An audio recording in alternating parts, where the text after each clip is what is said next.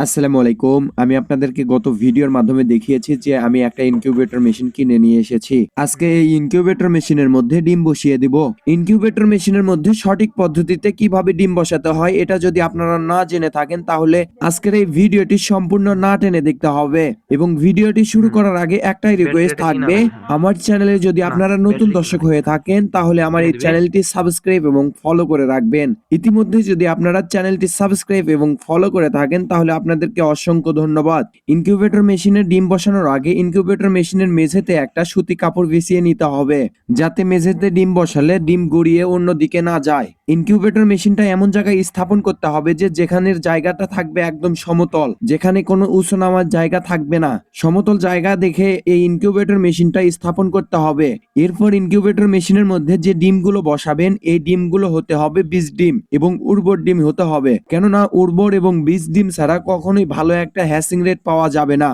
ডিমগুলো বেছে নেওয়ার পর এরপর মেশিন রেডি করতে হবে, কেননা মেশিন রেডি করে অন্তত পক্ষে 5 থেকে 10 মিনিট চালিয়ে নিতে হবে। চালিয়ে নিয়ে দেখতে হবে যে এর মধ্যে সঠিকভাবে তাপমাত্রা উঠতেছে কিনা, এবং মেশিনটি চালাতে হবে মেশিনের উপরের ঢাকনাটা একদম বন্ধ করে দিয়ে। এবং এরপর যে ডিমগুলো ইনকিউবেটর মেশিনের মধ্যে বসাবেন এই ডিমগুলোকে সুন্দরভাবে জীবাণুনাশক স্প্রে দিয়ে জীবাণুমুক্ত করে নিতে হবে। এরপর ইনকিউবেটর মেশিনের ঢাকনা খুলে ইনকিউবেটর মেশিনে ডিম বসাতে হবে, এবং ডিম বসানোর আগে একটা কথা মনে রাখতে হবে যে ডিমের এক সাইডে মার্কিং করে দিতে হবে।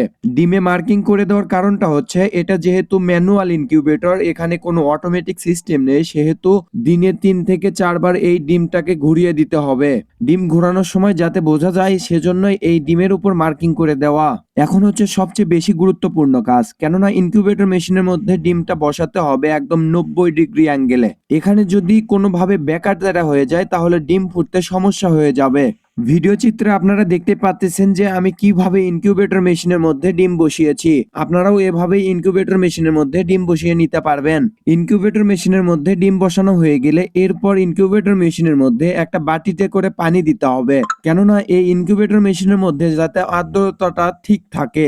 ম্যানুয়াল ইনকিউবেটর মেশিনে আর্দ্রতা বাড়ানোর উপায়, মেশিনের মধ্যে যদি আর্দ্রতা কমে যায় তাহলে এই ইনকিউবেটর মেশিনের মধ্যে বাটিতে করে পানি দিতে হবে, এবং পানি দেওয়ার পরও যদি কাজ না হয় তাহলে পানি একটু বেশি করে দিতে হবে, এবং এতেও যদি কাজ না হয় তাহলে এই পানির মধ্যে একটা সুতি কাপড় ভিজিয়ে দিতে হবে, তাহলে ইনকিউবেটর মেশিনের মধ্যে আর্দ্রতা উঠে যাবে।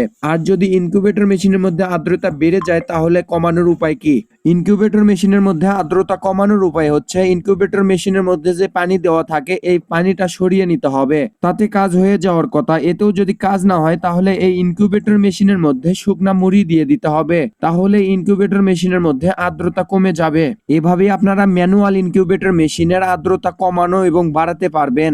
এই রকম খামার রিলেটেড নিত্য নতুন ভিডিও পেতে চাইলে আমার এই চ্যানেলটি সাবস্ক্রাইব করবেন এবং পেজ থেকে দেখলে পেজটি ফলো করবেন। ভিডিওটি ভালো লাগলে লাইক করবেন, এবং কে কোথায় থেকে আমার এই ভিডিওটি দেখতেছেন এই ভিডিওর মধ্যে কমেন্ট করে জানিয়ে দিবেন। আসসালামু আলাইকুম।